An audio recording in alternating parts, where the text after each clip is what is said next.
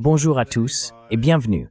Je suis aujourd'hui accompagné du professeur Seyed Mohammad Marandi, professeur à l'Université de Téhéran et conseiller de l'équipe iranienne de négociation nucléaire. Bienvenue à nouveau dans l'émission.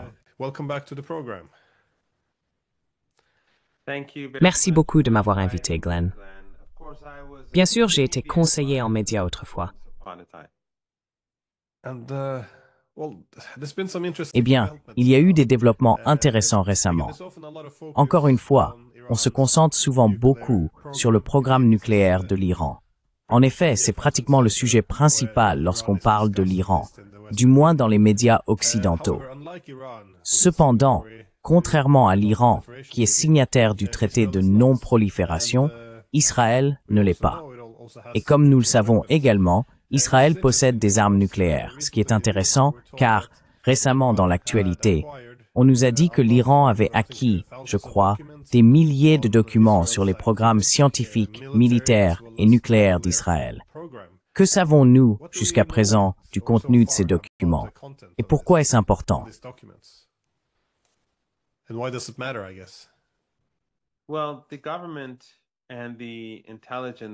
Eh bien, le gouvernement et les agences de renseignement, et je pense en particulier au ministère du Renseignement, ne disent pas grand-chose. Ils ne veulent fournir aucune information sur la manière dont ils ont introduit les documents dans le pays.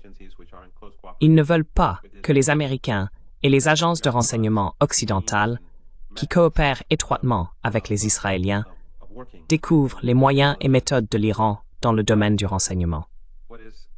Mais ce qui est clair, c'est qu'un grand nombre de documents ont été obtenus et qu'ils concernent le programme nucléaire, ainsi que d'autres questions clés importantes pour le régime israélien.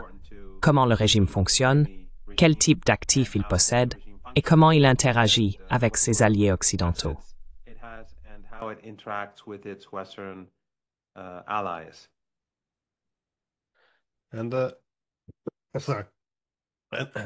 Il s'est passé autre chose récemment, que je considère comme un événement ayant changé le monde, l'attaque contre les forces nucléaires russes.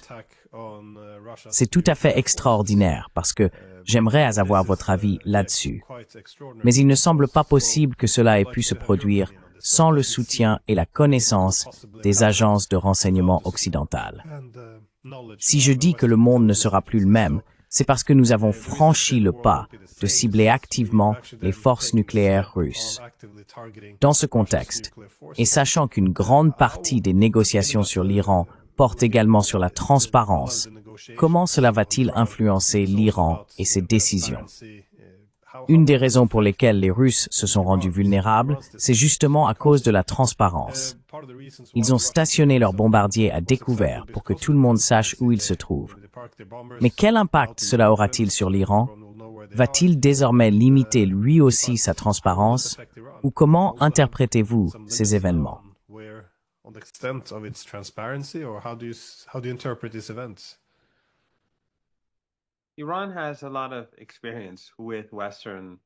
L'Iran a beaucoup d'expérience avec les agences de renseignement occidentales et israéliennes, pour des raisons évidentes.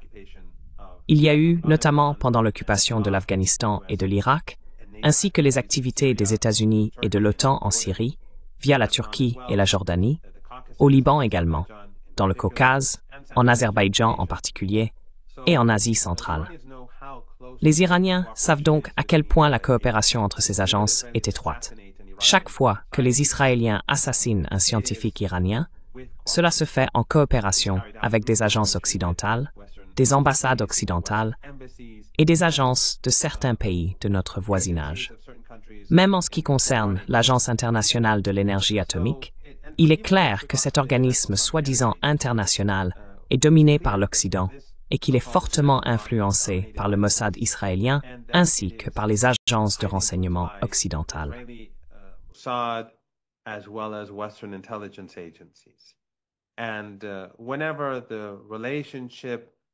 Et chaque fois que la relation entre l'Iran et les États-Unis et l'Occident, pour une raison ou une autre, s'apaise, nous voyons l'AIEA traiter l'Iran de manière plus raisonnable. Chaque fois que les tensions en provenance de Washington augmentent, nous voyons l'agence ressasser de vieilles accusations et soulever de nouvelles questions. Tout est très politique. Ce qui s'est passé en Russie, aux yeux des responsables iraniens, n'aurait pas pu se produire sans l'implication des agences de renseignement occidentales. Les Ukrainiens n'ont tout simplement pas cette capacité. Tout comme lorsque les Israéliens veulent mener des attaques en Iran, ils bénéficient d'un soutien total. Les Ukrainiens ont certainement eu un soutien total, et même plus que les Israéliens, car l'Ukraine est faible, vulnérable, et leurs agences ont été reconstruites à la fois par le renseignement militaire et d'autres agences de renseignement, toutes reconstruites par l'Occident.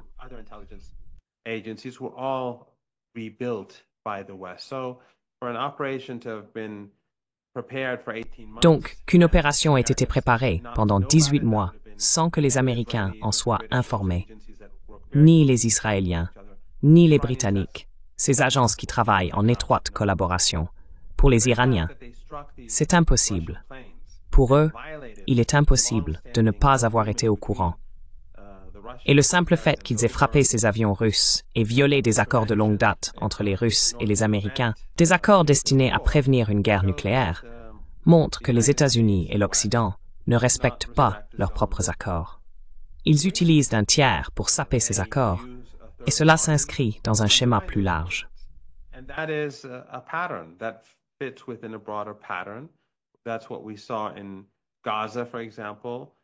C'est ce que nous avons vu à Gaza, par exemple. Witkoff a imposé un cessez-le-feu, puis les Américains eux-mêmes l'ont sapé.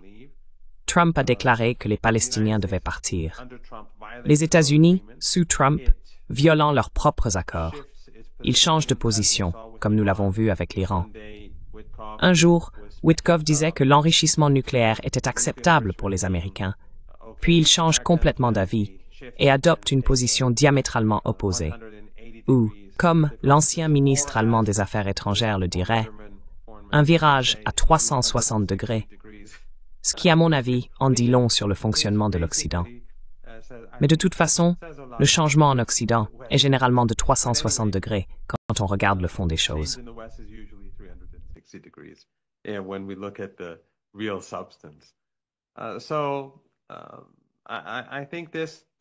Je pense donc que cela ne fait que renforcer la conviction à Téhéran qu'on ne peut pas faire confiance aux États-Unis, qu'on ne peut pas négocier de bonne foi avec eux, parce qu'ils finiront par saper leurs propres accords d'une manière ou d'une autre. C'est quelque chose que nous avons également constaté avec le JCPOA. Non seulement les États-Unis n'ont pas respecté leurs engagements dans le cadre de l'accord nucléaire de 2015, mais ils les ont aussi violés et ont cherché des moyens de le faire. Par exemple, ils imposaient de nouvelles sanctions à l'Iran au nom du terrorisme, des droits de l'homme ou d'autres choses. Ils inventaient un prétexte pour pouvoir élargir le régime de sanctions sans le faire officiellement au nom de l'énergie nucléaire.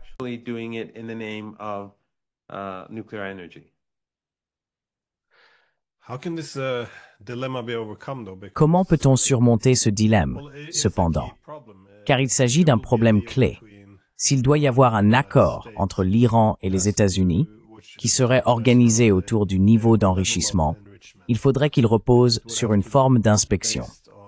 Mais comme vous l'avez dit, avec tous les accords de contrôle des armements et du nucléaire, il y aura toujours cette insistance sur la transparence. La transparence, encore une fois, est utile pour instaurer la confiance. Mais d'un autre côté, elle rend aussi le pays très vulnérable aux attaques. Comme nous l'avons vu récemment avec les Russes, si vous indiquez à l'adversaire où se trouvent vos forces nucléaires, elles peuvent alors être attaquées. Donc, étant donné que la confiance est désormais quasiment absente, comment pourrait-on surmonter cela?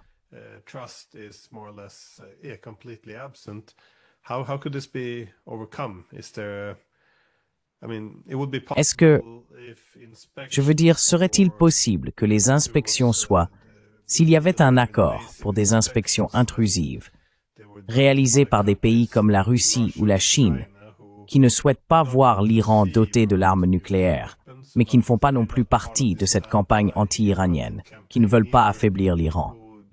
Est-ce que ça pourrait être une solution ou existe-t-il d'autres moyens de surmonter ce problème? Parce que une de mes réflexions, en voyant les attaques contre les forces nucléaires russes, a été « Comment allez-vous conclure un accord avec les Iraniens maintenant ?» Avec chaque nom de scientifique nucléaire, chaque site, toute information pouvant être utilisée pour cibler l'Iran, cela finirait par se retrouver entre les mains des services de renseignement. Alors, comment pouvons-nous, je suppose, nous adapter à ce nouveau monde après les attaques contre les forces nucléaires russes?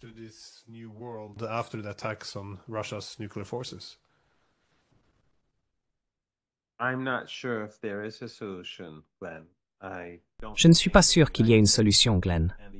Je ne pense pas que les États-Unis et les Européens cherchent réellement des solutions. Ils cherchent toujours à affaiblir la partie avec laquelle ils négocient, puis à saper ces accords et à tromper l'autre partie en même temps.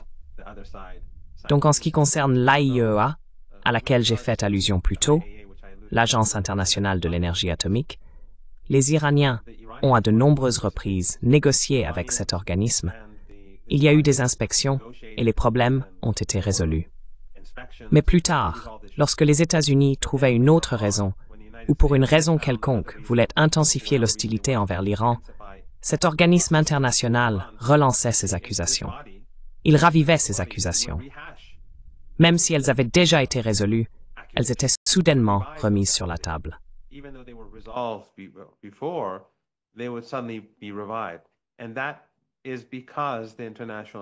Et cela s'explique par le fait que l'Agence internationale de l'énergie atomique est profondément politisée.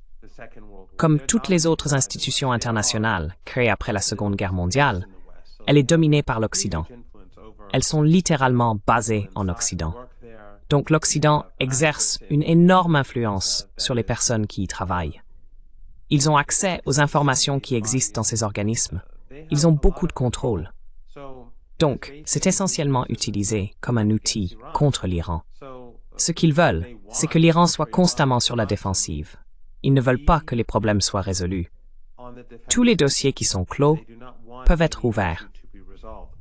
Même lorsque cet organisme international affirme que tout a été résolu, que les Iraniens ont donné des réponses adéquates, que nous n'avons plus de questions, que nous pouvons passer à autre chose. Cela ne signifie pas que les problèmes ne seront pas relancés.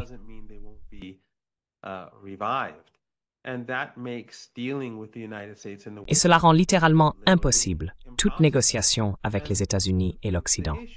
Et le véritable problème n'est pas le programme nucléaire de l'Iran. Les Américains et les Européens savent que les Iraniens n'ont jamais développé d'armes nucléaires. En effet, si l'Iran avait voulu développer une arme nucléaire, il l'aurait fait depuis longtemps. L'enjeu, c'est d'affaiblir l'Iran, que ce soit par des accusations concernant les armes nucléaires, le terrorisme, les droits de l'homme ou, si possible, le réchauffement climatique. Tout ce qu'ils peuvent utiliser, ils l'utiliseront. Et nous voyons le même schéma avec la Russie. Nous voyons le même schéma avec la Chine. Nous voyons le même schéma avec tout pays du Sud global qui pourrait mener des politiques indépendantes de la domination occidentale.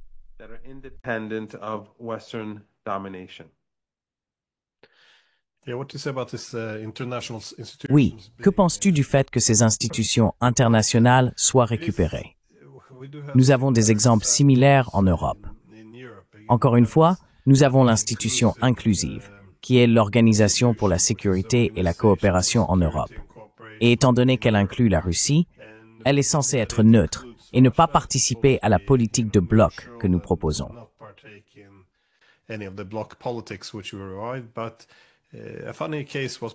Mais un cas amusant remonte à 2003.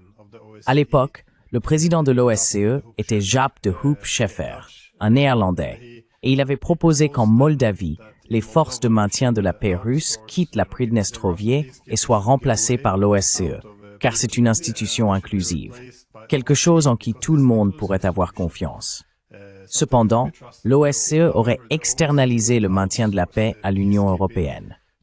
Quoi qu'il en soit, après avoir quitté ses fonctions, il est devenu secrétaire général de l'OTAN, ce qui donne l'impression que ces institutions ne sont pas aussi neutres qu'elles le prétendent, que ce sont les mêmes personnes qui changent simplement de casquette. Il y a donc des raisons d'éprouver une certaine méfiance.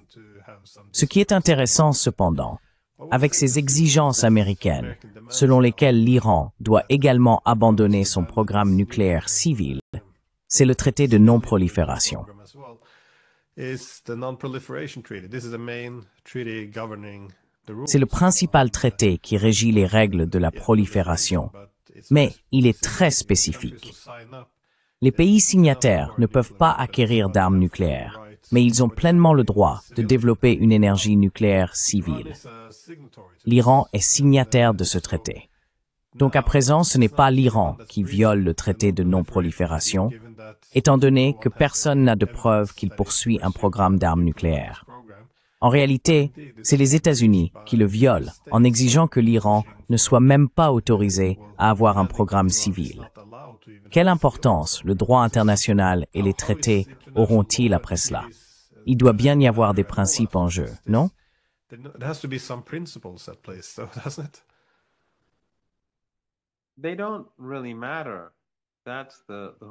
Ils n'ont pas vraiment d'importance.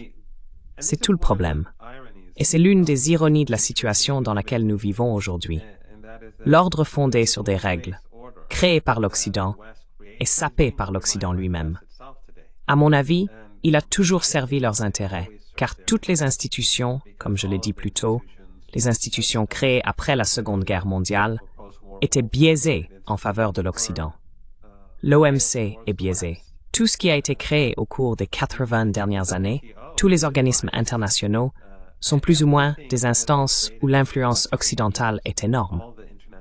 Mais même cela n'est plus toléré aujourd'hui, ce qui en un sens n'est pas une mauvaise chose, car cela incite les pays non occidentaux à créer de nouveaux organismes.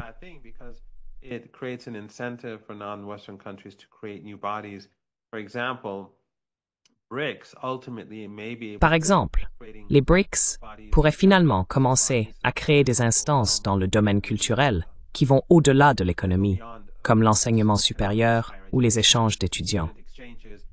Beaucoup d'organisations internationales qui étaient auparavant contrôlées par l'Occident deviennent de plus en plus obsolètes, car les pays constatent à quel point elles sont politisées, et désormais, ils peuvent vraiment agir.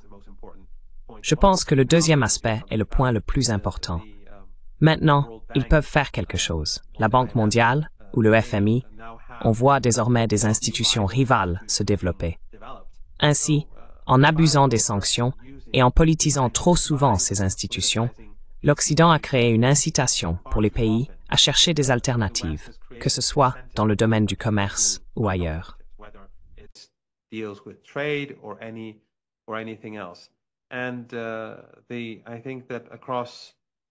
je pense qu'à travers l'Europe, parmi les alliés de l'Iran, ils reconnaissent que l'Agence internationale de l'énergie atomique est politisée. Il y a 10, 15 ans, ou même il y a 5 ans, je pense qu'ils ne le voyaient pas aussi clairement qu'aujourd'hui. Mais maintenant, cela devient évident parce qu'ils sont tous désormais. Par le passé, l'Iran était la principale victime de la politisation des institutions financières, de l'instrumentalisation du dollar et de la politisation des organismes internationaux. Mais aujourd'hui, on voit de nombreux pays, y compris la Russie et la Chine, des puissances très importantes, devenir eux-mêmes la cible de l'Occident à travers ces différentes institutions. Et permettez-moi de vous donner un exemple du type de normes que l'Occident applique.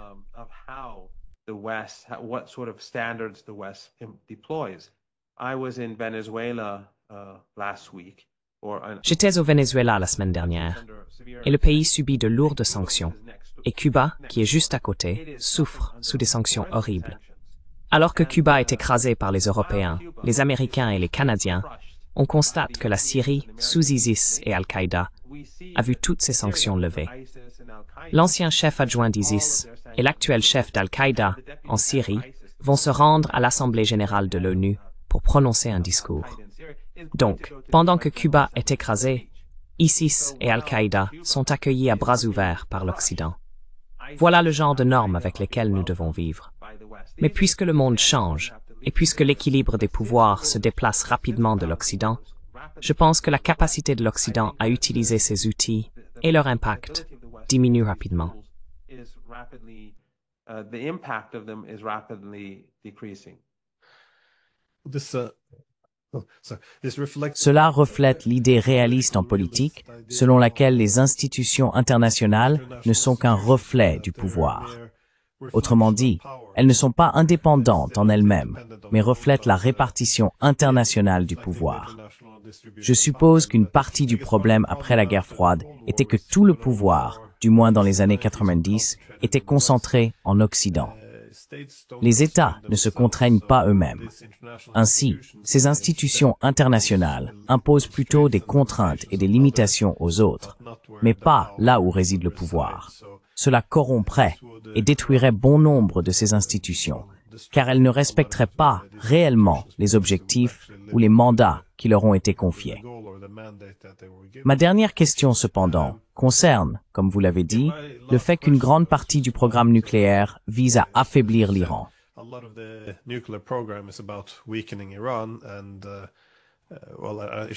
Il ne devrait pas être controversé de dire que cela se fait principalement à la demande des Israéliens, qui considèrent l'Iran comme leur principal rival. Mais quel est l'état actuel d'Israël, militairement parlant? Car il semble effectivement être surmené. En effet, les FDI rencontrent des difficultés à Gaza. L'occupation de la Syrie a peut-être aussi été un peu trop loin, les mettant potentiellement en conflit avec les Turcs. On observe des problèmes évidents au Liban, mais aussi désormais au Yémen, qui est capable de frapper Israël. Et tout cela avant même qu'un véritable conflit avec l'Iran n'ait commencé. Espérons qu'il ne commencera pas. Mais comment cela fonctionnerait-il? Dans quelle mesure considérez-vous qu'Israël est actuellement surmené?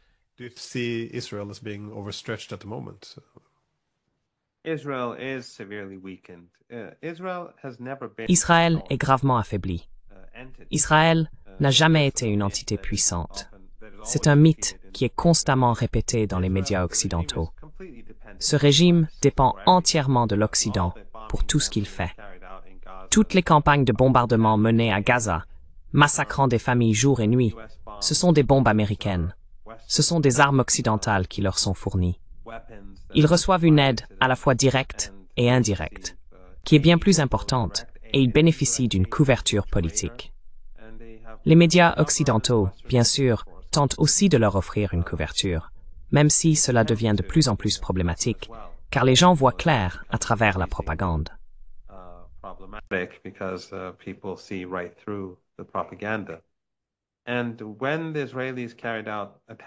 Et lorsque les Israéliens ont mené des attaques par le passé contre l'Iran, comme je l'ai dit plus tôt, toutes ont été réalisées avec la coopération soit de pays voisins, soit d'agences de renseignement occidentales basées dans des pays voisins, et possiblement de certaines ambassades occidentales en Iran d'une manière ou d'une autre. Mais je pense qu'il est devenu assez évident que lorsque le régime a mené une frappe aérienne contre l'Iran, ce sont les Américains qui ont fait le plus gros du travail. Et bien sûr, leurs bases aériennes dans la région, en Turquie, au Qatar, aux Émirats, leurs bases militaires, leurs stations radars et en Irak, ont toutes été utilisées pour aider le régime israélien. Et le ravitaillement en vol des avions de chasse a essentiellement été assuré par les Américains. Malgré cela, leurs frappes ont été relativement infructueuses.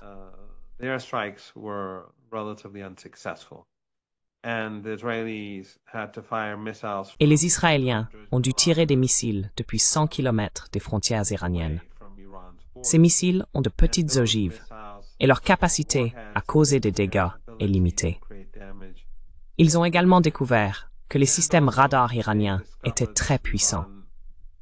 À ce moment-là, l'Occident et les Israéliens ont essayé de faire croire qu'ils avaient détruit les systèmes de défense aérienne iraniens. Mais bien sûr, nous savons tous que si cela avait été le cas, les Israéliens auraient mené vague après vague de frappes aériennes contre l'Iran et auraient terminé le travail. Donc les Israéliens eux-mêmes n'ont pas la capacité de mener une guerre contre l'Iran. S'ils donnaient un prétexte à l'Iran, les Iraniens pourraient les frapper bien plus durement. Au cours des 6 derniers mois, les Iraniens se sont préparés à une guerre plus large.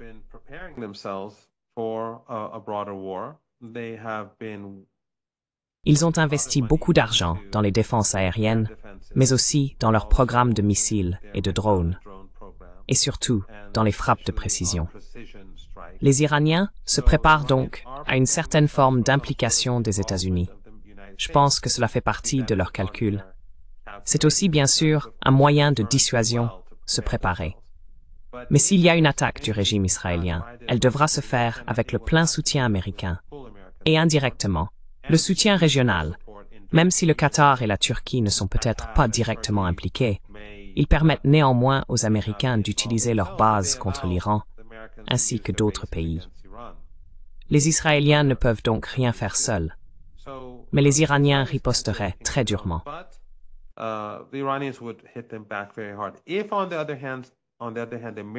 Si, en revanche, les Américains s'impliquent, alors c'est une situation complètement différente.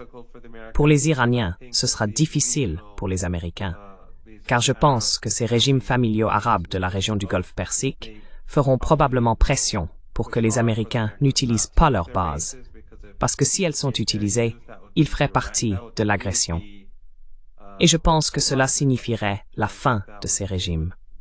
Donc, je pense que si les Américains veulent frapper, ils devront probablement passer par la Méditerranée ou depuis Diego Garcia, ce qui rendrait ces avions très vulnérables. Et s'ils veulent avoir un impact avec, disons, un bombardement massif, ils devront alors survoler directement leur cible.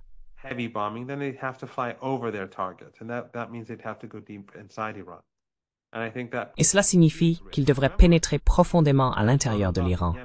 Et je pense que cela les mettrait en grand danger. Rappelez-vous, Ansarullah au Yémen, ou ce que l'Occident aime appeler les Houthis, Ansarullah, selon le New York Times, a presque abattu un F-35 ou des F-35. Et cela montre que tous les avions américains, même leurs soi-disant avions furtifs, sont très vulnérables. Et évidemment, l'Iran dispose de capacités bien supérieures à celles d'Ansarullah, et la réponse de l'Iran serait infiniment plus destructrice. Donc je ne vois pas de situation où le régime israélien ou les forces armées américaines pourraient frapper l'Iran sans être finalement vaincus.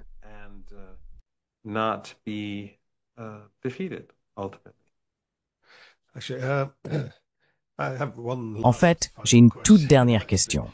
J'étais curieux, car vous suivez beaucoup les médias occidentaux. En effet, vous êtes un commentateur prolifique. Et même, vous savez, Piers Morgan aime se disputer avec vous de temps en temps, on dirait. Comme vous suivez les médias occidentaux, quelle est votre impression sur ce que l'Occident ne comprend pas à propos de l'Iran? Quelles sont les principales idées fausses? Pourquoi continuons-nous à nous tromper sur l'Iran tout le temps? Et encore une fois, c'est quelque chose qui peut aussi être préjudiciable à l'Occident. Car si nous n'évaluons pas correctement l'Iran, en d'autres termes, si nous avons des analyses stupides, nous finirons par adopter des politiques très stupides. Alors, qu'est-ce que nous ne comprenons pas à propos de l'Iran?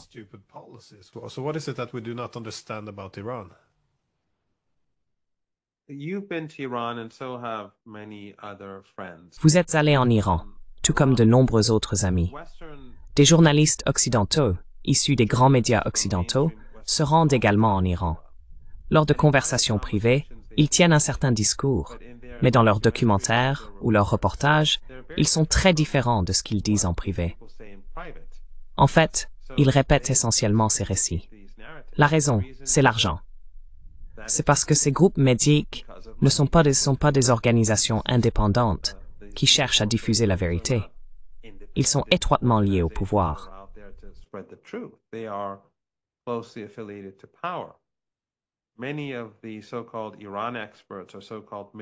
Beaucoup de soi-disant experts de l'Iran, ou soi-disant experts du Moyen-Orient, je n'aime pas le terme Moyen-Orient, mais bref, eux aussi, afin de pouvoir recevoir des financements et travailler dans ces think tanks puissants ou influents, doivent s'exprimer dans un cadre particulier.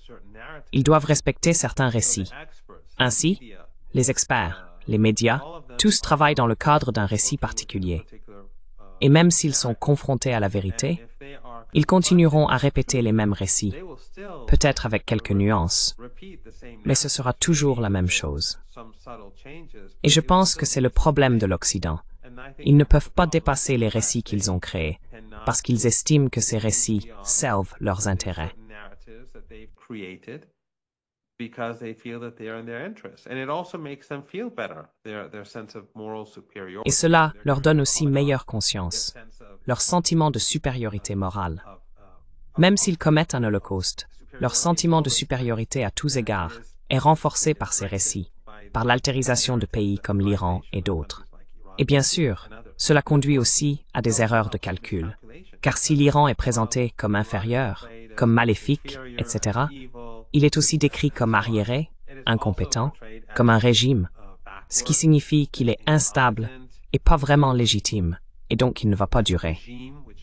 Ainsi, la manière dont ils présentent ces choses rend finalement leur politique envers l'Iran profondément erronée et dangereuse, car ils se disent « il suffit de pousser un peu plus fort et le régime, comme ils disent, tombera ».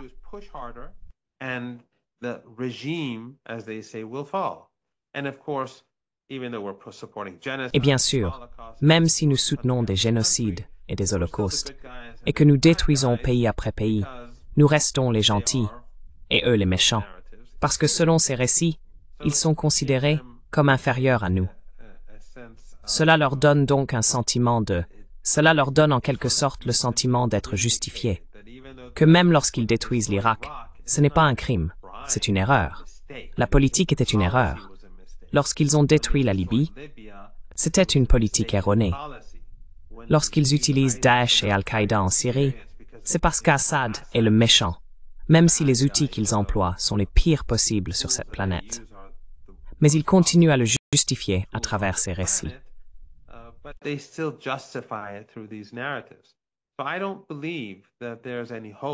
Je ne crois donc pas qu'il y ait le moindre espoir dans les institutions occidentales ou les médias occidentaux. Et c'est pourquoi je ne pense pas que ces problèmes seront résolus. À moins qu'il n'y ait un changement radical, à moins qu'il ne se passe quelque chose, à moins que l'Occident ne soit confronté à une catastrophe majeure, économique ou militaire, ce que je pense inévitable, que ce soit économique, politique, militaire, ou peut-être une combinaison de ces facteurs, je pense que nous approchons de ce point, et je pense que ce n'est pas très loin. Maintenant, que se passera-t-il après cela? Je ne sais pas. Mais il est possible que les puissances occidentales soient contraintes de réévaluer leur rôle dans le monde. Et il est possible qu'elles fassent quelque chose d'extrêmement stupide qui pourrait mettre en danger la vie sur cette planète.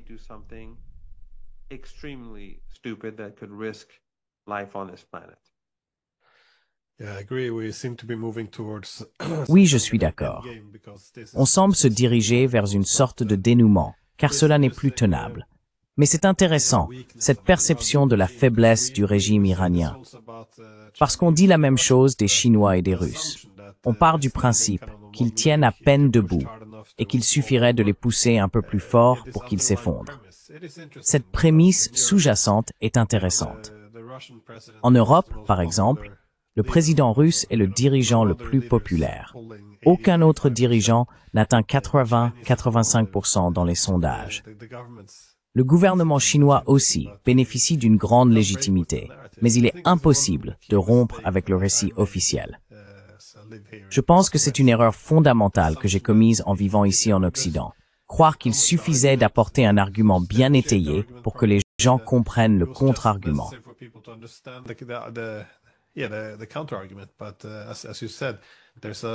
Mais comme vous l'avez dit, il y a un récit dominant qui est en quelque sorte la vérité officielle. Et si vous ne le suivez pas, il n'y a pas de contre-argument. On ne remet pas en question vos preuves. On dit simplement que vous êtes pro-iranien, pro-russe, pro-chinois. Et puis oui, c'est pour vous délégitimer et essayer de vous détruire. Donc si vous voulez préserver votre crédibilité et votre légitimité en tant qu'universitaire, du moins en Occident, vous devez effectivement suivre ces récits. Donc, oui, c'est notre propre malédiction, je pense, car comme je l'ai dit auparavant, on finit par avoir des analyses stupides qui mènent à des politiques stupides. Et voilà, nous en sommes là, je crois. Quoi qu'il en soit, professeur Marandi, j'aime toujours discuter avec vous. Merci encore d'avoir pris le temps.